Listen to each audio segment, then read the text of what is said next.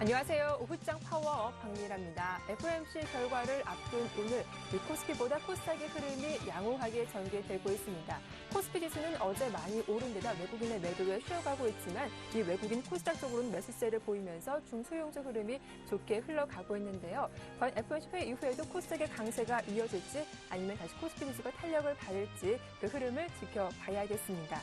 또 오늘은 7월을 마지막 거래이기도 한데요. 7월 마무리와 다가오는 8월 어떤 전략이 필요할지도 저희와 함께 고민해보시길 바랄게요.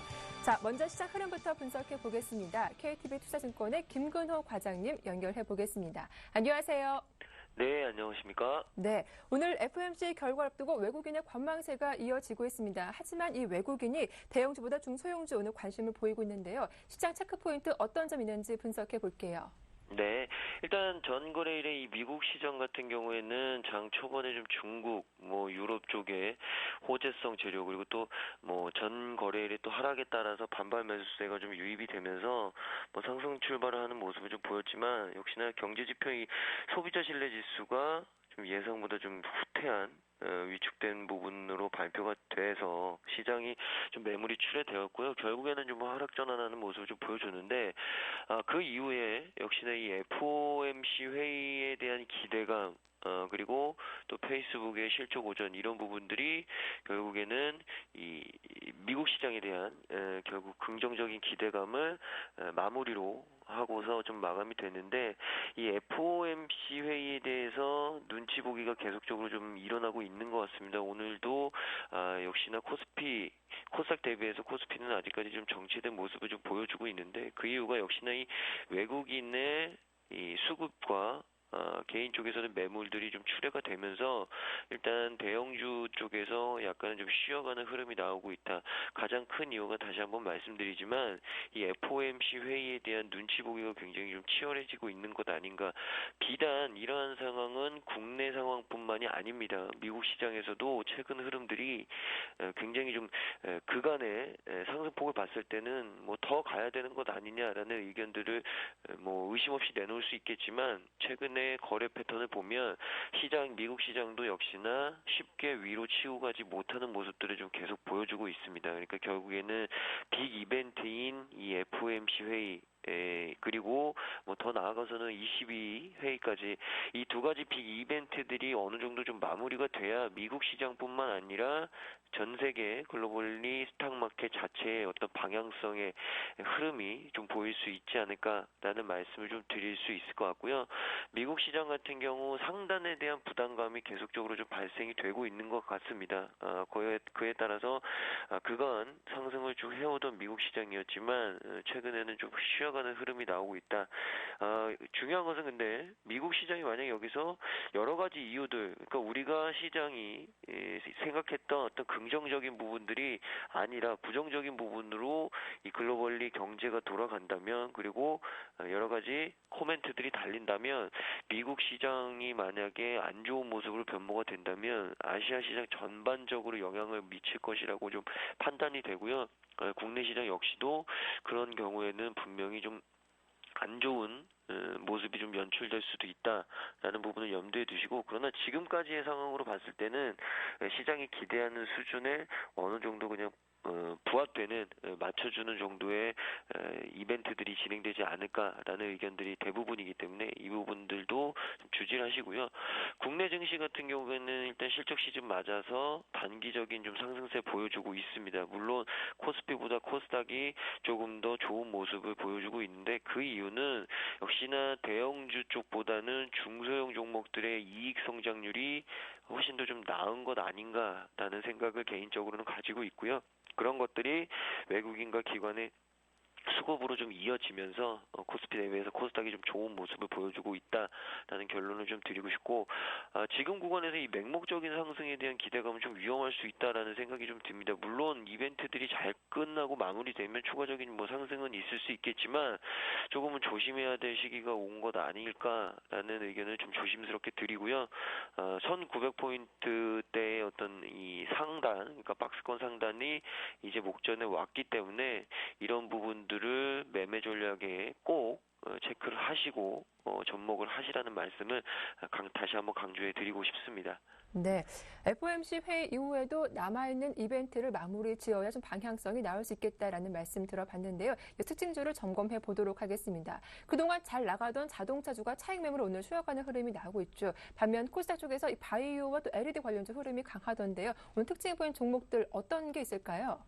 네, 일단 대형주 시장에서는 역시나 운수장비 업종, 그러니까 자동차 업종과 조선업종이 가장 탑픽이 되지 않을까라는 생각은 드는데, 모르겠습니다. 개인적으로는 이 자동차 업종 같은 경우에는 미드텀이나 롱텀리하게 좀 보는 것은 아니지 않을까라는 개인적인 의견을 좀 드리고 싶습니다. 물론 뭐 제 의견이 틀릴 수도 있겠지만 저는 개인적으로는 이 자동차 업종은 그렇게 미드텀이나 롱텀리하게 조금 타임라인을 길게 해놓고 보진 않는다라는 말씀을 좀 드리고 싶고요. 뭐 조선업종 같은 경우에는 그간 좀 많이 올라왔는데 그래도 아직까지는 분명히 조금 더 상승할 여지가 가장 크지 않을까라는 말씀을 좀 드리고 싶고, 운수장비 업종을 제외하고는 그래도 대형주 쪽에서는 좀 화학 업종이 좀 눈에 들어온다라는 말씀을 좀 드리고 싶습니다. 그리고 이 중소형 종목 같은 경우에는 역시나 이 LED 업종과 바이오 업종이 중소형 시장에서는 탑픽이 되지 않을까 제가 계속적으로 말씀을 드렸었는데, 이 LED 업종 같은 경우에는 작년과는 완전하게 다른 턴어라운드된 모습을 보여주고 있습니다. 그게 숫자로 확실히 찍혀주고 있고요. 바이오 업종 같은 경우에는 시장이 일단 IT 쪽이 좀 쉬어가는 흐름들이 나오고 여러 가지 우려감들이 돌출이 되면서 IT 업종을 제외하고 가장 상승에 대한 이익 성장에 대한 그리고 이 업종 자체 어떤 성장성에 대한 이 강한 기대감이 역시나 가장 큰 업종이 바이오 업종 아닐까라는 말씀을 좀 드리고 싶습니다. 그래서 LED 업종과 바이오 업종 같은 경우에는 중소형 시장에서 가장 좀 긍정적으로 보이는 업종이다라는 말씀 드리겠습니다. 네, 현재 오전 장과는 큰 움직임이 없이 흘러가고 있고 또 거래량도 적고 무엇보다 개별 종목별 장세가 이어지고 있는데 오늘 7월의 마지막 거래이기도 하죠. 8월 증시 전망과 함께 오후장 어떤 전략이 필요할지도 말씀 부탁드리겠습니다. 네, 방향성 베팅보다는 수급 상황에 따라서 굉장히 좀 빨리 대응을 하시라는 말씀을 좀 강조해 드리고 싶습니다. 지금 시장이 완전하게 방향성을 베팅해 놓고 온고잉하는 장은 분명히 아니라는 말씀 좀 드리고 싶습니다. 그러니까 뭐 물론 눈앞에 닥친 대회의 큰 빅 이벤트들도 있고 수급 상황도 뭐 그렇게 방향성을 가지고 움직이는 부분들이 아니기 때문에 시장 전체에 대해서 방향성을 베팅하는 것은 분명히 조금 위험하시지 않을까라는 말씀을 다시 한번 강조드리고 싶고요. 오후장에서도 일단 뭐 코스피 시장보다는 역시나 코스닥 시장은 충분히 좀 강해 보인다. 이런 흐름은 당분간 조금 더 이어질 수 있지 않을까라는 말씀을 좀 다시 덧붙여드리고, 그렇기 때문에 굉장히 좀 빠른 대처, 빠른 대응이 무엇보다 가장 중요시되는 시장이 됐다라는 말씀을 좀 드리고 싶습니다. 그리고 빅 이벤트들을 앞두고 강한 배팅을 외국인이든 기관이든 그렇게 많이 하진 않습니다. 근데 최근에 좀 눈에 띄는 거는 연기금의 시장 참여가 조금 적극적으로 변했다는 부분은 뭐 조금 수급 상황에서는 그래도 긍정적일 수 있는데 중요한 것은 이 외국인들의 포지션인데 모르겠습니다. 일단 빅 이벤트들이 마무리되기 전까지는 외국인들이 적극적으로 시장 참여를 하기에는 그렇게 녹록지는 않을 것 같다. 그거 뭐 시장이 어렵다는 얘기가 아니라 외국인도 국내 시장에 대해서 먹거리를 좀 찾아봤는데 일단 먹거리를 그렇게 쉽게 못 찾는 흐름들이 좀 나오고 있는 것 아닌가라는 말씀을 좀 조심스럽게 드리고 싶습니다. 그래서 강한 배팅보다는 당분간은 이 시장 자체가 박스권 흐름일 보여줄 가능성이 굉장히 농후해지지 않았나. 근데 지금 1900포인트 선이 거의 박스권 상단에 와 있기 때문에 일단 이 부분은 다시 한번 좀 주지하시라는 말씀을 좀 드리고 싶고요. 일단 국내 시장도 그렇고 미국 시장도 그렇고 최근에 시장들이 굉장히 좀 좋아지면서 박스권 상단에 대한 부담감들이 어느 정도 좀 시장에 돌출들이 되고 있는 것 같습니다. 그래서 미국 시장 역시도 이 최근 패턴이 뭐 굉장히 좀 장이 빠져서 시작하다가 저가 매수세가 좀 유입돼서 보합권으로 좀 마무리되는 결국에는 굉장히 좀 이 박스권의 장세가 미국 시장도 그렇고 우리나라 시장도 그렇고 최근에 굉장히 좀 특징적으로 자리가 잡았습니다. 물론 뭐 조금만 노력을 한다면 사실 매매를 하기에는 오히려 좀 쉬운 구간일 수도 있는데 이런 부분들이 또 트레이딩 전략을 짜기에 굉장히 좀 숙달이 되지 않으신 분들은 좀 어려울 수 있기 때문에 일단은 어느 정도 좀 박스권 상단에 대한 부담 구간에 진입해 있다라는 부분은 머릿속에 꼭 담아두시고요. 제가 오펜스보다는 디펜스라는 얘기를 좀 드리고 싶은데 공격보다는 수비가 분명히 맞는 장인 것 같습니다. 그러니까 지금 뭐 포트폴리오를 꽉 채우신 분들은 어느 정도 좀 수익이 난 부분들을 좀 챙기시는 부분도 맞을 것 같고요. 물론 여기서 만약에 이벤트가 좋게 마무리가 돼서 시장이 상단을 뚫는다면 그때는 뭐 추격 매수를 해야겠지만 아직까지는 오펜스보다는 분명히 디펜스가 조금 더 유리한 그런 시장 상황으로 전개가 되고 있기 때문에 이런 부분들을 꼭 체크하시고요. 다시 한번 말씀드리지만 시장 전반적인 상황보다는 수급에 굉장히 좀 수급 상황에 초점을 맞추시라는 말씀을 다시 한번 강조드리겠습니다.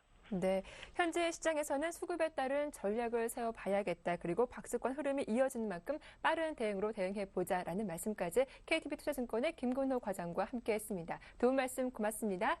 네, 감사합니다. 네, 이어서 하반기 유망 업종 강동서 앵커와 함께 살펴보겠습니다.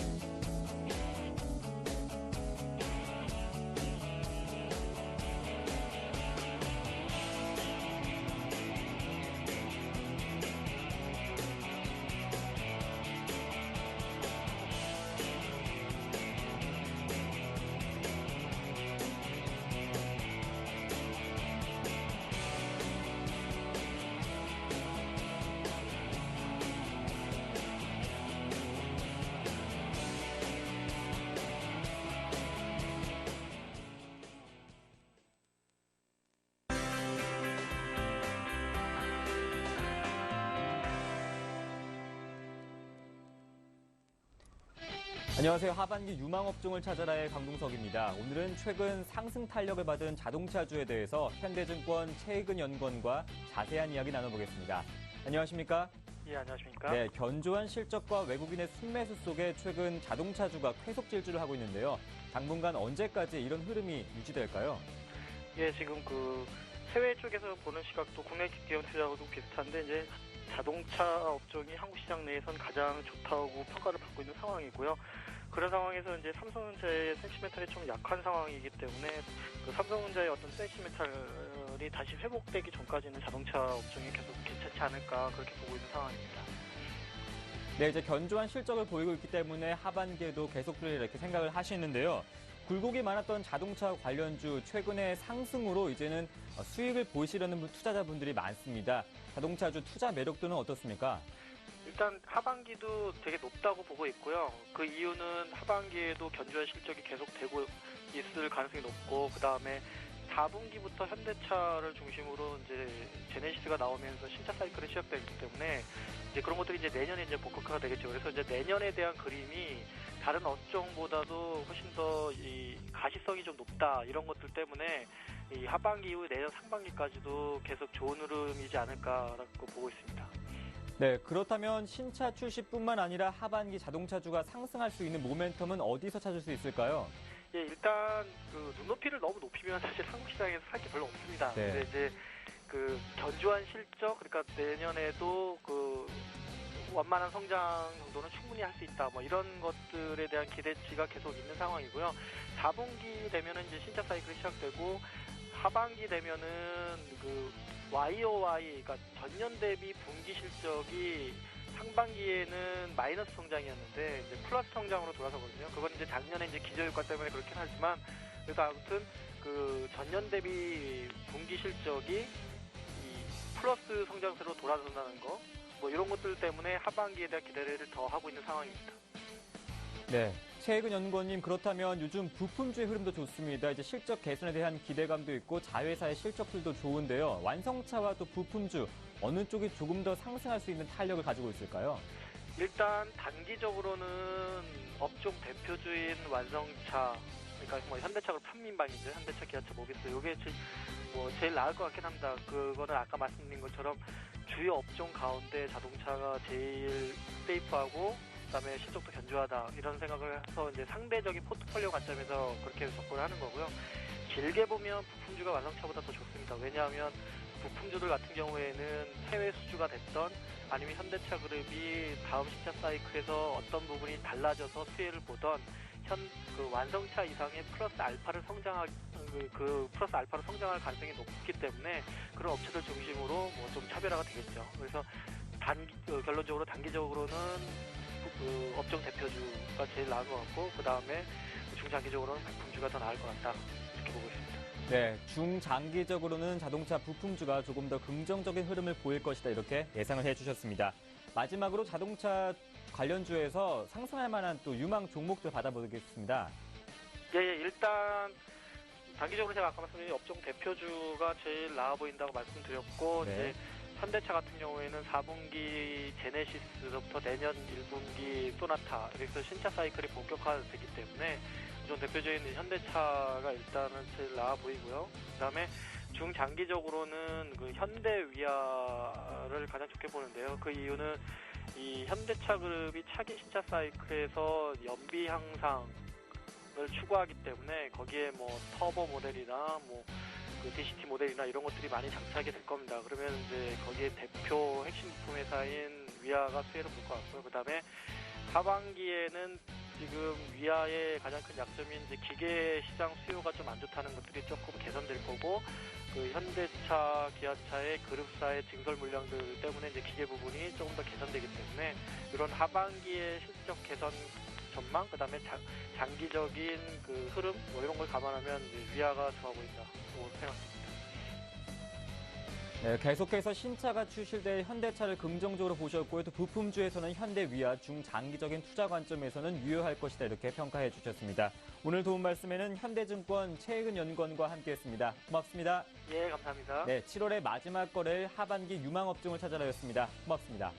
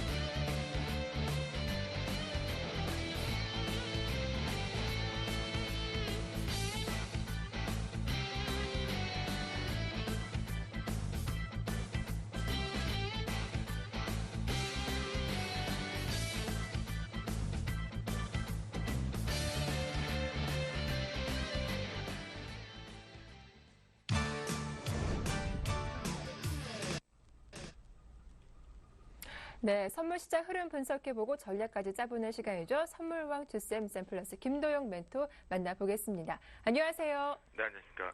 예, 오늘 아침 249.20 중요한 자리다. 저항이 나오면 매도로 대응하자라고 말씀하셨는데 그 선 넘기가 쉽지 않은 것 같습니다. 외국인들이 관망하는 가운데 오후장 승부수로 뛰어봐야 한다고 하셨죠. 분석 듣고 자세한 전략도 설명해 주시죠. 예, 현재 시장 같은 경우는 전반적으로 좀 쉬어가는 양상들이 좀 나타나고 있는 것 같은데요. 오후장에 승부수가 좀 띄어질 것으로 판단이 되어 있었습니다. 그런데 잠시 뒤에 좀 보여드리겠지만 10시 한 30분경 이후부터 뭐 시장에 누가 우리 개인 투자자들이 화가 많이 나신 것 같습니다.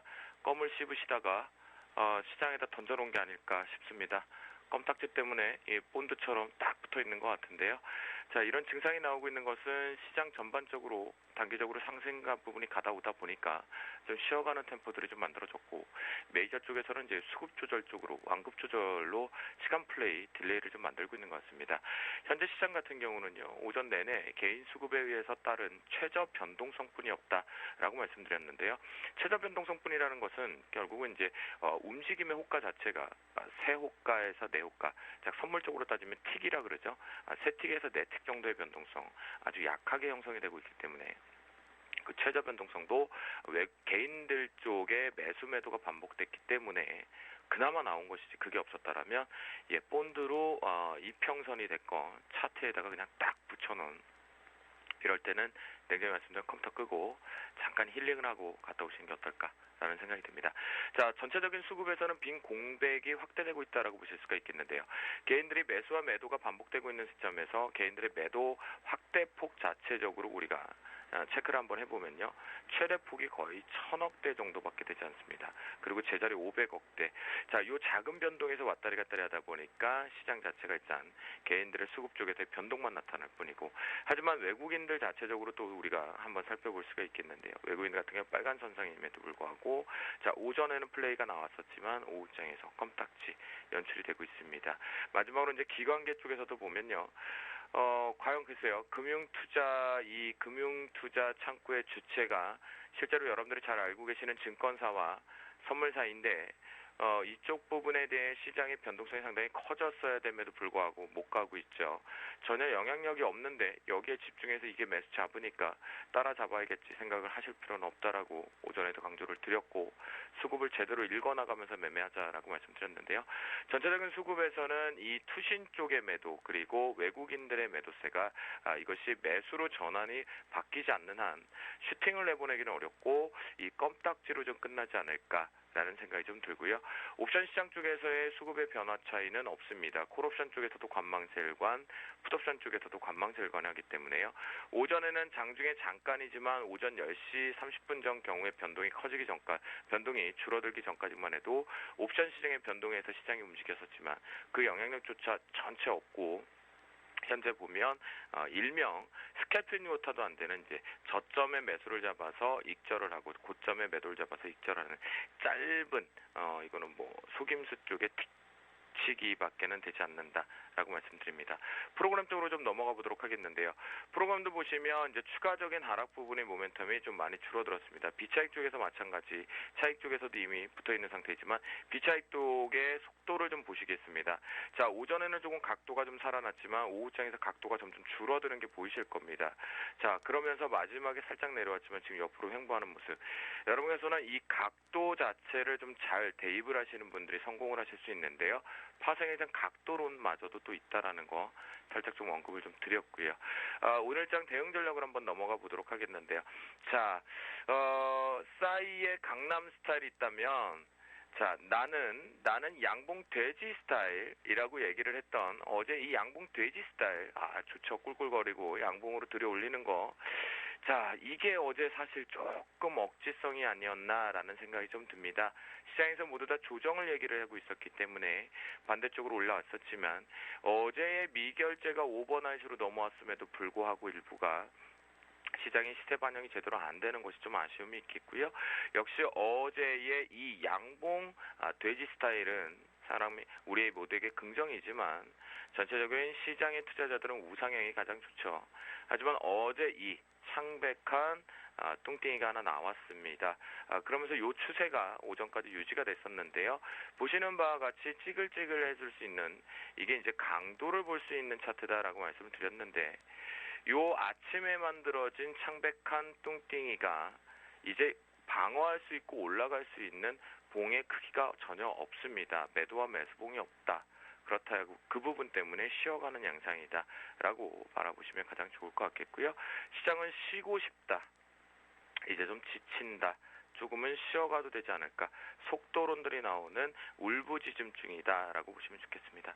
그래서 외국인들의 매도가 유지가 되고 투신 쪽의 매도가 유지가 된다면 여전히 매도 관점으로 보자. 하지만 매도도 여기서 추세가 완벽히 여기서 돌아 나왔다라고 다시 돌아 나온다라고 보시면 조금은 어불성설이 걸린다.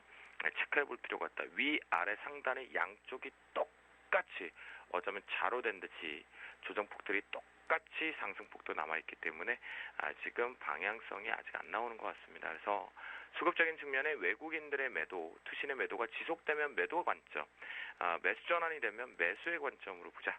라고 말씀드리겠고요. 이것도 어렵다라고 하시는 분들은 샘플러스를 통해서 빨리 주생 김도영 대표를 찾으시는 게 좀 빠를 것 같습니다. 이번에 아마 시장이 여러분들이 생각하시는 것 이상의 변동이 하나가 또 준비가 돼 있는 것 같습니다. 거기에 대한 사전 포석 시나리오상으로 쉬어가는 모습이다라고 말씀드리겠고요. 위쪽 상단으로 이제 금일자리 변곡점 넘어갑니다. 250대 초반부 찍어도 되죠. 속도상으로 찍어도 충분하고요. 최근에 거래대금 거래량 좀 증가되는 것도 괜찮기 때문에요. 위쪽 상단은 250.15로 설정을 하고요. 이제 중간 매도 오전에 말씀드렸던 이 자리입니다. 주쌤의 이제 방송 생방송이니까 또 우리 시청자분들 또 럭셔리 하시니까 제가 함부로 말하면 안 되는데 제가 이런 표현을 많이 합니다. 주쌤의 주둥이가 문제라고 얘기를 하는데요. 제가 여기다 병곡을 괜히 걸어놨나요? 가지도 오지도 못하고 옆에서 붙어있는 것 같은데요. 저희도 역시나 지금 관망세로 일관 점심시간 이후부터는 관망세하고 있다라고 말씀 좀 드리겠고요. 양쪽으로 다 튈 수 있는 상황에서 완급 조절이기 때문에 너무 급하게 보실 필요는 없습니다. 그래서 정확히 돌파 안차 이렇게 확대해서 보시면 이렇게 올라가서 다시 주저앉을 때 지지 또는 고점을 갔다가 내려왔을 때 저항 이때 포지션을 잡으시는 게 가장 좋겠다라고 말씀 좀 드리겠고요. 마지막으로 이제 오늘 하단 밴드 여기서 여러분들께서 많이 조정 쪽으로 많이 열어두시는 것 같은데 항상 주쌤이 늘 승리를 할 수 있는 것 중에 하나는 역발상을 때때에 따라 잘 써야 된다고 말씀드린 것처럼 248.05 종가상 이탈 나오면 조금은 쉬어가는 템포의 속도가 기다리선 조정이 좀 올 것이다 라고 바라보시면 좋겠다. 하지만 현재 여러분들께서 제가 누누이 말씀드린 여기서 매도가 밑으로 급하게 내려올 거다라는 생각은 절대 버리시기 바랍니다. 아직까지는 그 징후는 나와 있지 않다라고 말씀드리면서요. 전체적으로는 매도 포지션을 유지하는 상태로 오후장을 마감해 보도록 하겠습니다. 네, 시장은 조정이 필요하다. 외국인과 투신의 수급에 따라 대응 전략 짜보자라는 말씀까지 잘 들었습니다. 지금까지 샘플러스 김도영 멘토와 함께했습니다. 도움 말씀 고맙습니다. 네, 감사합니다. 네, 이어서 이슈메이커 박미라의 증시탄 함께하겠습니다.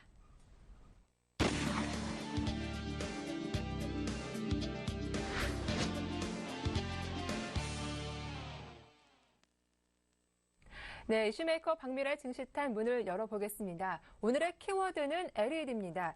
최근 미국의 건설 경기 회복에 따른 교체 수요 증가와 또 정부의 백열 전국 퇴출 결정 등의 호재가 겹치면서 LED 관련주의 강세가 지속되고 있는데요. 자세한 이야기는 샘플러스 정재훈 멘토와 함께 이야기 나눠보겠습니다. 안녕하세요. 안녕하십니까. 예, 오늘 장에서도 서울 반도체를 필두로 LED 관련주들의 상승세가 좀 눈에 띄게 나타나고 있습니다. 이런 LED 관련주 질주가 언제까지 지속될까요? 예, 서울 반도체를 비롯해서 많은 종목군들이 현재 상승을 해주고 있는 그런 모습들입니다. 수급적인 네. 모습들로 봤을 때도 상당히 좋은 그런 모습들이고요. 일단 정부 정책 부분들과 맞물려 가면서 일단 실적이 개선되는 그런 속도가 빨라지고 있다라고 좀 보셔도 좋을 것 같습니다. 당분간 이러한 흐름들은 좀 유지가 될 것이다라고 좀 보셔도 좋을 것 같은데요. 우선적으로 전력난 부분들이 시발점이 되면서 앞으로 이제 전구, 그다음에 형광 등 이런 부분들을 사용을 좀 제한하겠다라는 발표가 나오면서 일단 매기가 좀 쏠리고 있다라고 좀 보셔도 좋을 것 같습니다. 현재 테마성 흐름들이 좀 진행이 되고 있는 그런 과정 속에서 정부 정책까지 맞물려 있다라고 좀 보셔도 좋을 것 같습니다. 뿐만 아니라 거기에 따라서 이제 실적적인 측면으로 좀 나타나고 있다라고 좀 보셔도 좋을 것 같은데요. 이 자세한 부분들을 좀 살펴보게 된다면 일단 내년 1월부터입니다. 일단 백열 전구의 생산이나 수입을 전면적으로 좀 중단한다라는 부분들, 이 부분들만 놓고 봤을 때에도 LED 섹터 쪽에서는 상당히 좀 강한 모습들이 나타날 수 있다라고 좀 보셔도 좋을 것 같습니다. 우선 2020년까지 LED에 대한 보급률을 60%까지 맞춰놓겠다라는 목표가 좀 설정이 되어 있는 만큼 일단 장기적인 플랜이지만 이러한 분들은 꾸준하게 일단 정책적으로 시행될 가능성이 높다라고 좀 보셔도 좋을 것 같습니다. 예, 그런데 멘토님, 한편으로는 이런 우려도 있습니다. 우리 국내 기업들이 기술적이나 가격적인 면에서 필리스전자 같은 외국 기업들은 따라갈 수 없겠다라는 그런 우려도 나오고 있는데 이러한 부분에 대해서는 어떻게 좀 보시는지요? 예, 일단 LED 섹터 같은 경우가 마찬가지입니다. 일단 중소기업 적합업종으로 좀 지정이 돼 있는 그런 사항들입니다. 그렇기 네. 때문에 대기업 쪽에서는 쉽게 접근을 할 수 없는 그런 분야다라고 좀 보셔도 좋을 것 같습니다. 일단 외국계 기업 같은 경우는 기술력이라든가 가격 경쟁력 이 차이가 아무래도 중소기업보다는 월등히 좀 좋다라고 좀 보셔야 될 것 같습니다. 일단 이 격차를 얼마만큼 줄일 수 있느냐 이 부분들이 좀 관건인데요. 우선적으로 중소기업 같은 경우는 대기업 쪽에서 원재료인 광원, 그 다음에 이 부분들을 대기업 쪽에서 구매를 해서 사용을 해야 됩니다. 반면에 외국계 기업 같은 경우는 소재에서부터 제품까지 수직 계열화가 되어 있는 그런 상황들이기 때문에 가격 경쟁력에서는 이길 수 없다라고 좀 보셔야 될 것 같습니다. 자, 예를 들어서 필립스를 같은 경우를 좀 보게 된다면 지난 3년 동안 국내 시장에서 약 33%의 성장률을 좀 보이는 그런 모습들이 나타났습니다. 즉 외국계 기업 같은 경우는 장벽이라든가 이런 부분들이 없기 때문에 기술력이라든가 가격 이 부분들에 상당히 좀 우위에 점에 있다라고 좀 보셔도 좋을 것 같습니다. 결국 중소기업 같은 경우 살아나려면은 일단 국내 기업에서 어느 정도 경쟁력을 좀 강화시킬 수 있는 그런 방안들이 좀 나와야 된다라고 좀 말씀을 드리도록 하겠습니다. 네, 이런 LED 관련주 시장에 참 많죠. 그 가운데 옥석 가리기도 필요할 것 같은데요. 이런 종목들을 고를 때 어떤 점 중점적으로 살펴보면 좋을까요? 예, 우선적으로 중소기업 쪽 위주로 좀 선정을 해봐야 된다라고 좀 말씀을 드리고 싶은데요. 그 중에서도 네. 규모가 큰 기업들 위주로 좀 보시는 게 좋겠다라고 좀 말씀을 드리도록 하겠습니다. 뭐 서울 반도체라든가 루멘스, 한솔 테크닉스 이런 종목군들이 일단 관심권에 1차 벤더로 좀 놓고 보시는 게 좋겠다라고 좀 말씀을 드리도록 하겠고요.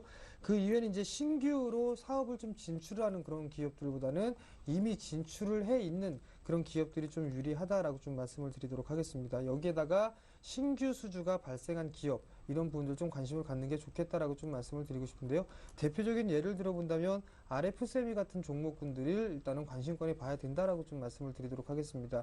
이 LED 칩, 이 센서 부분들에 있어서 처음으로 수주가 좀 나왔기 때문에 그 이후에 수주는 추가적으로 나타날 수 있다라고 좀 보셔도 좋을 것 같습니다. 뿐만 아니라 LED 쪽 사업부를 하고 있는 그런 부분들뿐만 아니라 다른 사업까지도 함께 영위를 하고 있는 그런 상황들이기 때문에 새로운 성장 동력을 갖출 수 있다라고 좀 보셔도 좋을 것 같습니다. 그렇기 때문에 이러한 종목군들, 큰 종목군들을 먼저 선별적으로 좀 보고 난 이후에 중소기업 쪽에서는 어느 정도 새로운 매출이 현재 진행이 되고 있는 그런 섹터들 종목군들로 좀 보자라고 좀 말씀드리도록 하겠습니다.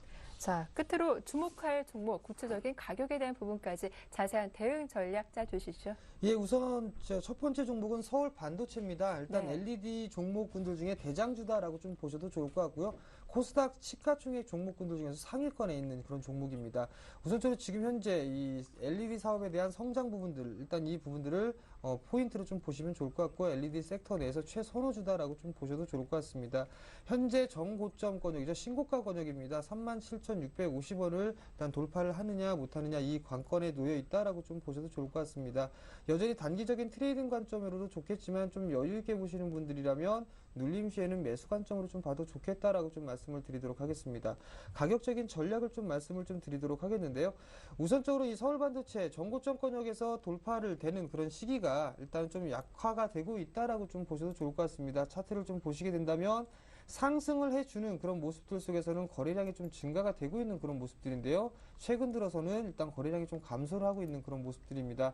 일단 정고점을 돌파를 해주기 위해서는 거래량 증가가 필수다라고 좀 보셔야 될 것 같은데요. 오늘까지는 아직까지는 거래량 증가가 없는 모습들입니다. 그렇다면 어느 정도는 좀 조정을 예상을 해볼 수 있다라고 좀 보시는 게 좋을 것 같습니다. 그렇기 때문에 매수 포인트는 일단 36,000원 권역입니다. 전 저점 권역인데요. 이 36,000원 이하 권역에서는 분할 매수 포인트를 좀 잡아도 좋다라고 좀 말씀을 드리도록 하겠고요.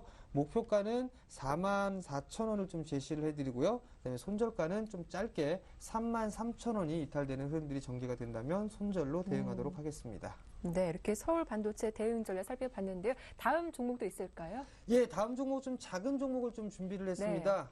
생소한 기업일 수도 있습니다. 동부 라이텍이라는 기업인데요. 일단 이 기업 같은 경우는 최근에 좀 작년까지만 해도 적자를 좀 기록을 했던 기업이다라고 좀 보셔도 좋을 것 같습니다. 일단 화면을 보시게 된다면 기업 분석을 좀 보실 수가 있을 것 같은데요.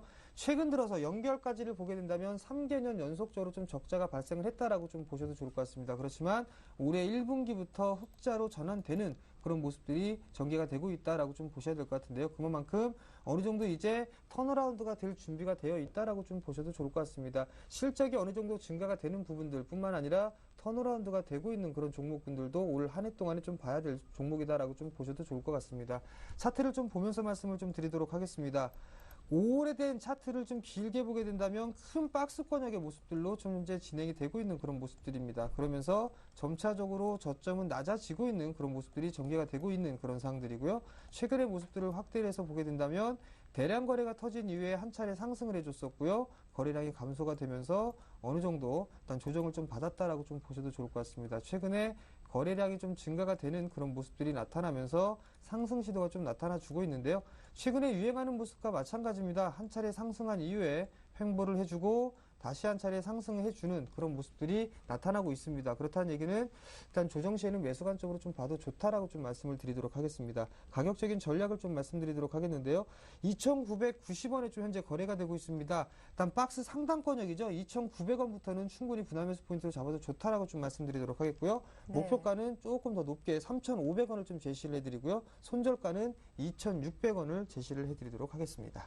네, 이렇게 서울 반도체와 동부 라이텍을 중심으로 LED 관련주에 대한 대응 전략까지 자세하게 짜봤습니다. 지금까지 샘플러스 정재훈 멘토와 함께했습니다. 도움 말씀 고맙습니다.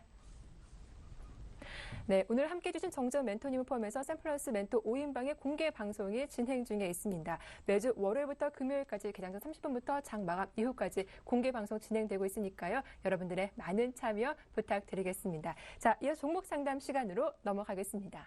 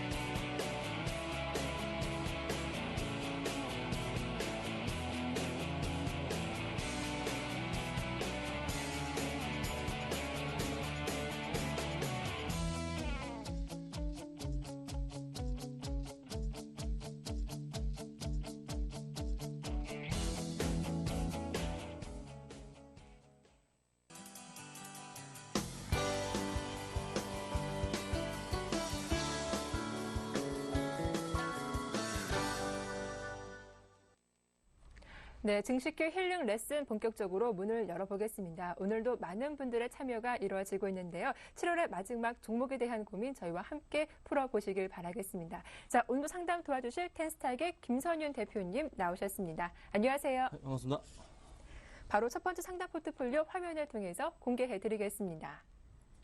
총 3종목 보유하신 시청자분이신데요. 먼저 롯데케미칼 매수하신 가격대가 24만 원이시고요. 다음 종목은 두산중공업 매수가가 8만 원이었습니다. 손실이 많은 상태이죠. 다음 종목은 기아차이신데 평균 단가가 68,200원이라고 하십니다. 네, 바로 전화 연결해 보겠습니다. 안녕하세요. 네, 안녕하세요. 반갑습니다. 예, 반갑습니다. 네, 시청자님 간략하게 본인 소개 부탁드릴게요. 예, 여기는 김해고요. 네. 가정주부입니다. 예, 반갑습니다. 자, 일단 종목을 받아봤는데 롯데케미칼과 두산중공업, 기아차 이 종목 모두 시청자님이 직접 매수하신 거세요? 아니면 추천을 받으신 거세요? 아, 증권회사 통해가지고. 증권회사요? 받아 샀거든요. 아, 그래요? 예, 예, 그런데 롯데케미칼 좀 매수하고 주가가 좀 뚝 떨어졌어요. 예. 손실이 많으신 상태인데요. 네, 일단 롯데케미칼과 두산중공업, 특히 두산중공업 좀 손실이 더 많으신 상태인데 저희가 바로 상담 도와드릴게요. 예, 감사합니다. 네, 대표님. 네, 안녕하세요. 예, 안녕하세요. 반갑습니다. 네, 반갑습니다. 저 롯데케미칼은 이거 언제 사셨어요? 그게 1년도 넘었거든요. 아, 1년도 넘으셨어요? 예. 그러면은 뭐 제가- 그냥 한 6개월 정도는 계속 그 가격대에 있다가 최근에 좀 빠져가지고 1년 넘어가지고 가격대에 왔는데, 예, 그 손절 못, 수익 실현 못 그걸 하시고. 더 올라갈 줄 알고 네네네. 놔두다가 네, 손실이 많이 발생돼가지고 네네. 알겠습니다. 그걸 추가 매수를 또 물타기를 했는데도 단가가 높아요. 물타기 하셨는데 24만 원이신 거예요? 예. 처음에 26만 원에 샀거든요. 아, 물타기는 많이는 안 하셨네요. 예. 자, 알겠습니다. 자, 롯데케미칼. 자, 최근에 좀 그래도 7월부터 좀 많이 좋아지고 있어요. 수급도 굉장히 많이 조금 풀리는 모습 보여주고 있고요. 근데 이게 계속적으로 좀 이어지는지에 대한 여부가 굉장히 중요한 시점이기도 한데요. 자, 오늘 상황을 봐도 기관들의 매수가 좀 잡히긴 합니다. 외인들의 매도가 좀 잡혀주면서. 근데 최근 들어서 외인들이 최근에 좀 매수하다 다시 매도하는 모습은 단계적으로 보였기 때문에 기관들의 조금 매수가 얼마나 이어지는지 여부가 사실상 굉장히 중요하다 보거든요. 그런데 이 롯데케미칼이 24만 원까지 가려면요. 지금 현재 가격에서 50%가 올라야 돼요. 그러면 실질적으로는 좀 많이 들어가도 될지 손절을 해야 될지 그걸 몰랐어요. 손절은 하지 마시고요. 가져가시는데 좀 24만 원, 5만 원까지 가기에는 사실상 조금 힘이 들지 않을까 판단은 됩니다. 좀 시간이 오래 걸릴 것 같아요. 얼마나 더 가져가실 수 있으실까요, 이 종목을? 그게 올 연말까지는 가져갈 수 있는데 예. 네. 너무 힘이 들어가 좀 더 그쵸. 들어가가지고 단가를 낮출까 싶어가지고 예. 자, 되나 싶어가. 단가를 낮추시기에는 조금 살펴봐 드릴게요. 바닥은 확실합니다. 바닥은 확실하기 때문에 주가 6월부터 반등을 주고 있고요. 지금 이제 제가 1차적으로 바라봤던 목표가 자체는 18만 원 라인인데 이게 예전부터 제가 지켜봐왔던 목표가로 계속 말씀드렸던 부분이 롯데케미칼은요. 자, 그 다음 라인이 이제 20만 원 라인으로 제가 책정을 하고 말씀을 드리는데 20만 원 라인에 해당하는 부분은 그래도 저점 바닥이라 인식을 했던 그 라인이었어요. 그 라인이었기 때문에 조금 다시 한번 물려있던 분들을 또 물려있던 기관들의 힘에 의해서 좀 반등을 줄 수 있는 그런 첫 번째 구간이기도 하고요. 자, 그러면 롯데케미칼을 지금 당장으로서 봤을 때는 추가 매수할 수 있는 그런 포인트처럼 보이긴 해요. 그리고 실적 부분에 있어서 3분기 실적 기대감이 굉장히 크기 때문에 추가적인 반등이 화학주 전반에 걸쳐서 나타나주고 있긴 하거든요. 근데 저는 좀 더 이따가 추가 매수 하시기를 좀 바랍니다. 지금 당장은 아니고요. 그래도 120에서 위로 안착한 이후에 18만 원에서 19만 원대 흐름을 올려놓은 이후에 횡보하는 흐름이 나와줄 때 그때 조금 매수하셨으면 좋겠어요. 지금 매수보다는 좀 기다리시고 18만 원 위로 올라가서 조금 횡보하는 흐름이 나타나주면서 기관들이 팔지 않을 때, 그러니까 지금처럼 매수가 이렇게 쭉 이어져 올 때, 지금 뭐 거의 일주일 이상 매수가 이어져 오는데 18만 원 위에서도 이런 흐름 자체가 나와줄 때 그때 조금 따라가십시오. 그러면 기관은 그 이상, 그 다음 가격을 보고서 버티고 매수하는 거기 때문에 좀 더 상승폭이 크게 나올 수 있거든요. 그래서 지금 단계로서는 너무 오래 걸리시는 거 압니다. 하지만 손절은 안 되고요. 조금 더 기다리십시오. 분명히 18만 원 위로 올라갈 겁니다. 그 타이밍 때 기간 수급 상황 보시고서 매수를 좀 더 하시는 전략을 제가 말씀을 드려보도록 할게요. 네, 아셨죠? 예. 네, 그렇게 좀 부탁드릴게요. 이해 안 되시는 거 있으신가요? 예. 좀 더 낮은 가격에서 추가 매수를 하지 말라 하는 게 그게 이해가 안 돼요. 아, 그쵸. 왜 그러냐면요. 네. 자, 지금 왜 사지 말라 그래? 18만 원 갈 건데 왜 사지 말라고 하냐. 당장에 지금 수급 상황을 봤을 때 외인들이 오늘도 매도가 나옵니다. 지금 그 외인과 기관들의 매수와 매도 싸움으로 지금 진행되는 게 계속 보이고 있어요. 이번 주 한 주간 내내. 그러면 수급적으로 살펴보자면요. 지금 반등을 줄 때 만약에 외인들의 매도가 좀 거세질 경우에 지금 최근에 외인들의 매수 상황이 많은 물량을 그래도 조금 단기적인 물량 자체가 여기 남아있거든요. 이 물량들 자체가 소화가 될 수도 있단 말이죠. 그 흐름 자체가 나와준다면은 팍 갈 수는 없고요. 조금 횡보하는 모습을 보일 거예요. 그러면 기관들도 여차 따라가지고 동반 같이 매도할 수도 있단 말이에요. 그 흐름이 나타나준다고. 기관들도 최근에 바닥에 샀던 물량, 14만 원대 샀던 물량들을, 14, 15만 원 샀던 물량들을 정리를 할 수도 있단 말이에요. 그게 약간 저는 걱정인 겁니다. 그래서 확실하게 올라섰을 때 그때 추가 매수를 하시라는 거예요. 안전하게. 그 포인트고요. 그렇지 않을 경우에 만약에 기관들의 매도가 나와줄 경우에는 하락이 조금 더 다시 한번 나와주면서 얼마까지? 15만 원까지 밀려주겠죠. 그래서 손절가를 제가 한 16만 원 라인으로 해가지고 잡아 드릴 겁니다. 그래서 손절가를 16만 원을 깨고 내려간다면 그때는 기간 수급 꼬이는 거예요. 매도 나오는 거니까 그때는 좀 안타깝지만 조금 약간 쉬었다가 정리를 하시는 게 낫고요. 정리를 하는 게 낫고 아니면은 좀 더 긴 시간이 필요할 겁니다. 좀 버티신 이후에 다시 한번 올라갈 수가 있으니까요. 그때를 타이밍으로 맞추시는 게 나을 것 같아요. 그러니까 포인트 두 가지. 기간과 외인, 18만 원 위로 올라가지 않는 이상 이 정도 크게 갈 수가 없습니다. 그 포인트 잡으시고요. 그렇지 않을 경우에는 떨어질 수 있다는 거 참고하시고 좀 대응 부탁을 드릴게요. 예. 네. 네, 그 다음 종목은 두산중공업입니다. 이 종목은 좀 오래되셨나요? 예, 그건 많이 오래됐고, 예. 네. 한 초막이는 깨놨는데도 어떻게 대응을 할 수가 없더라고요. 너무 빠지니까 더 빠질 것 같고 해가지고 거기는 손을 못 대고 있거든요. 제가 이게 지금 8만 원이라고 받았는데 맞나요? 8만 원이? 예, 2010년도에 매수를 하신 거예요? 예. 2010년 제 주봉을 열어놨는데요. 2010년 당시 이 구간대인데 이때 주식시장이 굉장히 좀 좋았잖아요. 예, 좋다 네. 좋다 할 때 딱 사고 난 게는 주르륵 빠져버리더라고요. 그렇죠. 네. 계속 전반- 자꾸만 내려가길래 네, 네, 하나 바닥이나 물타기 해야지 했더니 자꾸 빠지니까 진짜 물타기 할 시점에서 바닥에 내려갔을 때는 못 건드렸습니다. 이게 두산중공업이 해외 저기 막 플랜트 산업 같은 거 굉장히 수주량이 좋았었고 중동 쪽에 굉장히 많은 물량 수주를 받았단 말이에요, 이 당시에. 근데 그때 막 수주를 막 많이 받아주면서 주가가 잘 갔었는데 왜 빠진 이유가 뭐냐면요. 너무 싸게 받아온 거예요, 수주를. 아, 너무 싸게 받아오니까 수익이 안 나는 겁니다. 크게. 수익이 잘 안 나게 된다는 거죠.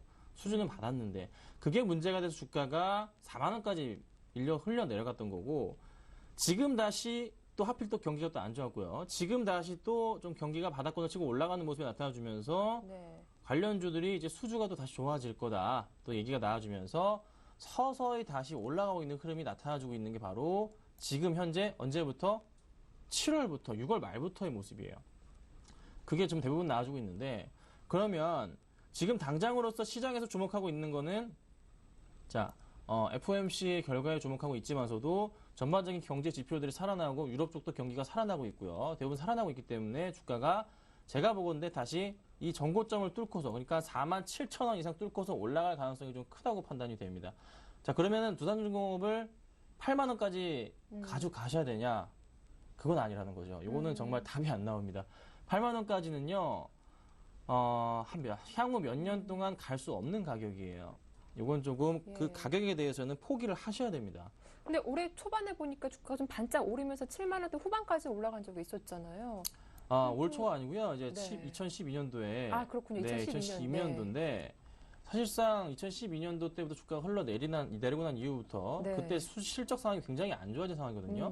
그럼 2011년도의 실적이 2013년도, 14년도 나와야 되는데 쉽지가 않단 말입니다. 쉽지가 않기 때문에 힘들어요. 그래서 네. 목표가 자체를 어쩔 수가 없는 부분입니다. 1차적으로 제가 5만 원을 잡아드릴 거예요. 네, 5만 원은 기술적인 반등 구간이고요. 수급적인 매수가 이어지면서 반등을 줄 수 있는 구간이기 때문에 5만 원 정도까지는 조금 기관들의 수급의 힘을 받아서 갈 수가 네. 있습니다. 그런데 기관들이 가장 매도하고 싶은 구간 자체가 현재 진입을 한 단계예요. 현재 기관들도 매도를 하고 싶어서 안 달라는 가격이 바로 현재 구간대 4만 원 중후반대거든요. 조심하셔야 되는 부분이에요. 근데 최근에 기관 수급이 조금 많이 이어져 왔기 때문에 그나마 조금 버티면서 상승폭을 이끌어갈 수 있어서 제가 5만 원을 잡는 겁니다. 그래서 5만 원 정도부터는 고민을 해보셔야 됩니다. 5만 원, 5만 5천 원 됐을 때는 그러니까 5만 원 뚫고 갈 때는 정말 고민을 많이 해보셔야 돼요. 그때도 만약에 기간 수급이 이어져 온다면요, 조금 더 길게 볼 수는 있겠지만서도 기관들의 매도세가 또 한 번 무섭게 나올 수도 있는 그런 시즌이거든요. 지금 한 바퀴 텀이 돌아가지고 수급이 중공업주 관련주, 이쪽 이제 해외 플랜트 수주 쪽 관련주로 해서 약간 좀 몰렸어요. 몰렸는데 기관들도 이걸 좀 길게 안 갖고 갈 거예요. 분명히 한두 달 뒤에는 또 한 번 털고 좀 쉬었다 다시 갈 겁니다. 이게 수급적인 부분, 이게 순환매가 굉장히 요즘 자주 일어나거든요. 그 중심에 일단 들어와 있기 때문에 상승 주는 거지, 실질적인 실적에 대한 부분이 약간 저는 확인을 더 해봐야 됩니다. 그래서 5만 원까지만 보고 조금 대응을 하시는 게 어떨지 조금 제가 말씀을 좀 드려보겠습니다. 자, 그리고 기아차 그나마 좀 가장 낫습니다. 자, 기아차가 2번 나눠 사셨다고 제가 얘기를 들었어요. 네, 기아차가 지금 한 6만 8천 원 정도로 제가 지금 평균 단가를 알고 있는데요. 7만 5천 원에 한번 사시고 6만 1천 원에 최근에 한번 사셔서 6만 8천 원 정도가 된 상황입니다. 자, 기아차 최근에 좀 굉장히 많이 주목받고 있잖아요. 자, 잘 가다가 주목받고 있는 시점 자체가 올해 계속 같은 이슈로 주목받고 있어요. 같은 이슈로 주가가 반등을 주다가 꺾였다가 다시 가고 있는데 계속 그래도 저점 바닥 자체가 높아지는 흐름이 나타나고 있기 때문에 굉장히 긍정적이에요. 긍정적인데 단기적인 차트 흐름을 봤을 때는 이 환율에 대한 부분을 빼놓을 수가 없어요. 네. 자, 일본 지금 엔달러 환율이 100엔대 아래에 지금 잘 움직여주고 있기 때문에 또 니케이가 잠깐 빠졌기 때문에 현대기아, 현대차 3인방 관련주들이 잘 움직여줬단 말이에요. 그런데 니케이가 만약에 단기적으로 반등을 줘서 엔달러가 100엔대 이상까지 올라가는 흐름이 나타나주면요. 다시 한번 기아차, 현대차, 현대모비스 다 또 단기적인 또 하락폭 언제처럼 6월달 이때 제가 동그라미 쳐드렸던 부분 이런 부분처럼 또 한 번의 하락폭이 나올 겁니다. 대신에 부탁드리는 것은 이 하락폭이 나옵니다. 분명히 나오는데 털지 마시라는 소리예요. 가져가시라는 소리입니다. 하락폭이 나오더라도 다시 바닥을 찍고서 천천히 다시 올라가는 흐름 자체가 나온단 말이죠. 21선을 깨더라도 놀라지 마시고 가져가라는 제가 말씀이에요. 그래서 지금 평균 대가 68,000원, 7만원 이상 가야지만 네, 수익 실현할 수 있는 구간인데 7만원대 가격은 제가 주봉으로 살펴보자면요. 7만원대는 바로 이 라인이잖아요.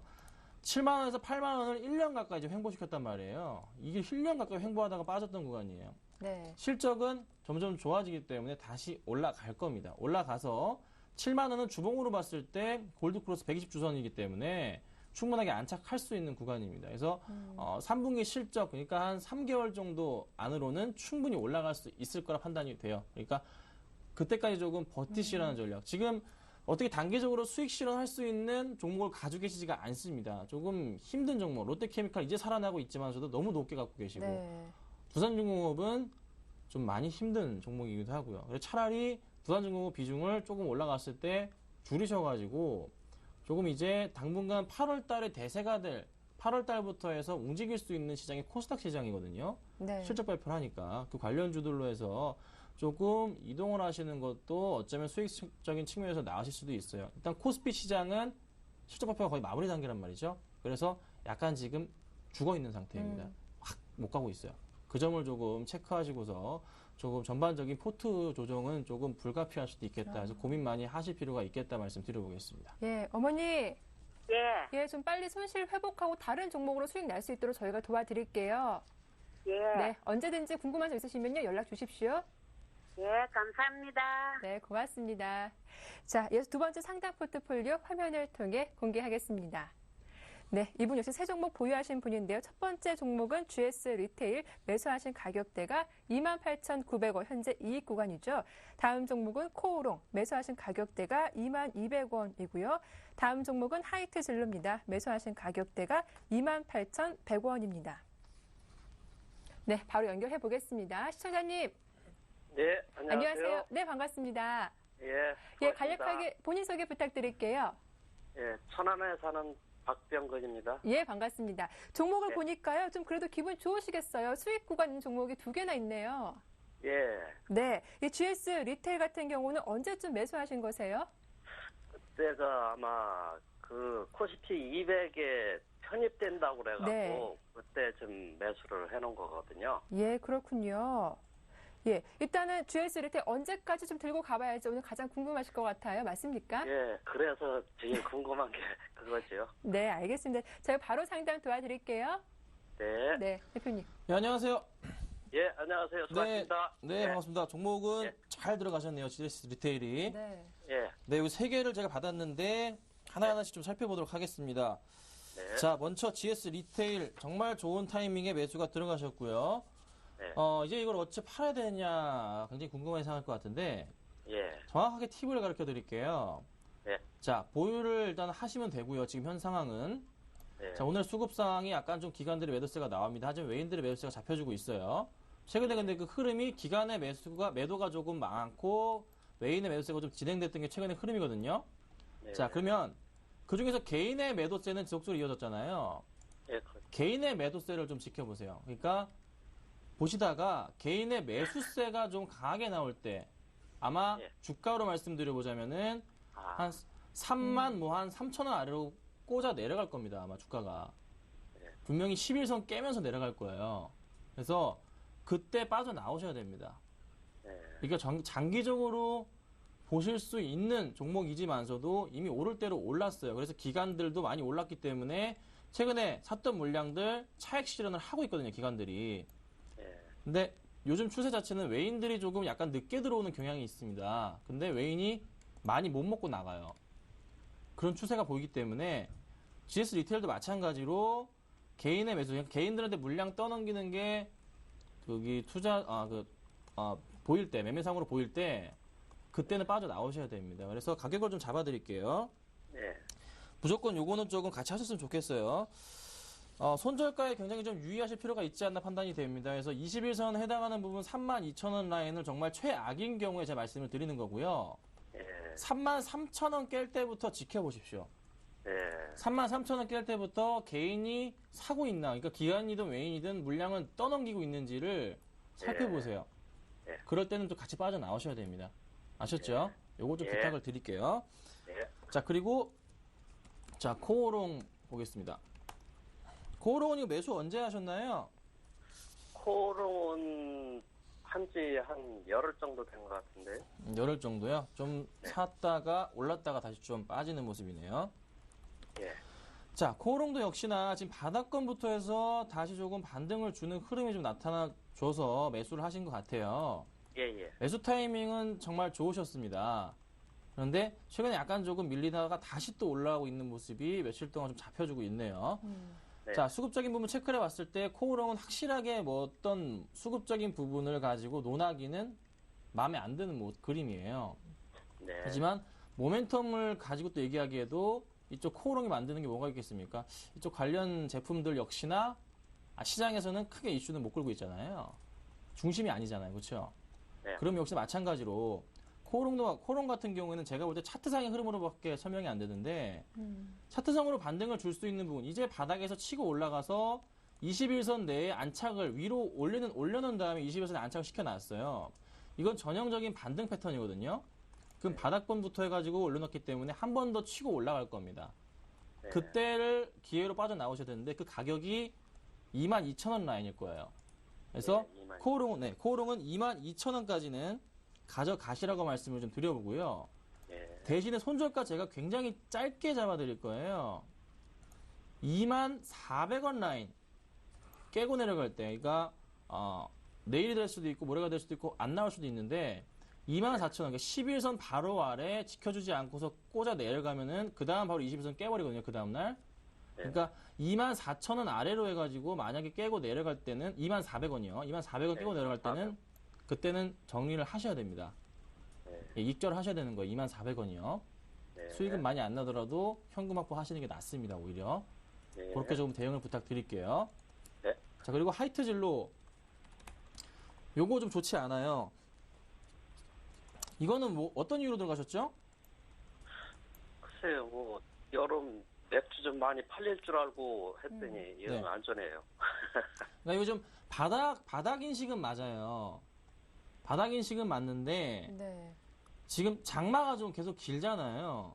예. 장마가 아마 이번이 가장 긴 걸로 제가 알고 있습니다. 좀 몇 년 근래 들어서. 그래서 역시나 조금 맥주 판매량이 시원하지가 좀 않은 모습이에요. 그래서 그 이유가 좀 있는데, 이 종목은요, 일단 조금 파셨다가 예. 다시 좀 들어가셨으면 좋겠어요. 예, 알겠습니다. 예, 지금은 조금 이게 마이너스 한 뭐 2% 되려나요? 네. 네, 그 정도 되실 것 같은데, 네. 좀 파신 이후에 다시 들어가는 걸 제가 말씀을 드릴게요. 왜 그러냐면요. 조금 너무 좀 수급상에 꼬이는 모습이 나타나주고 있고, 그러니까 외인이든 기관이든 팔고 사는 건 좋은데, 기관은 팔고 외인은 사서 좋습니다. 뭐 상관없습니다. 그런데 개인이 너무 많이 사요. 물량을 다 떠넘기고 있다고요. 수급이 개인으로 이게 다 넘어가고 있어요. 이거 굉장히 좋지 않거든요. 네. 개인이 파는 흐름이 나와줘야 돼요. 그래서 네. 진로는 일단 파셨다가 아마 반등을 주기 시작하면 21선 위로 안착을 시켜 놓을 겁니다. 그때 예. 네. 기관이든 외인이든 개인이 파는 모습이 2, 3일 연속 될 때 그 흐름 자체가 아마 28,000원 위로부터 나올 것 같아요. 예. 그때 다시 들어가세요. 예, 알겠습니다. 지금은 오히려 하락 쪽이 네. 좀 더 큽니다. 그것 좀 체크하시길 부탁드릴게요. 네, 시청자님 답변 예. 잘 참고하시면 좋겠습니다. 예, 대단히 감사합니다. 예, 고맙습니다. 수고하세요. 네, 자 오늘 상담은 여기서 마치겠습니다. 김서희 대표님 오늘도 수고 많으셨습니다. 고맙습니다. 네, 7월의 마지막 거래일이죠. 코스피 지수가 상승 반전 좀 시도하고 있고요. 코스닥 지수가 553포인트까지 올라왔습니다. 오늘 종가도 이어지는 저희 방송과 함께 확인해 보시면 좋겠습니다. 오후장 파워업 여기서 마칠게요. 함께 해주셔서 고맙습니다.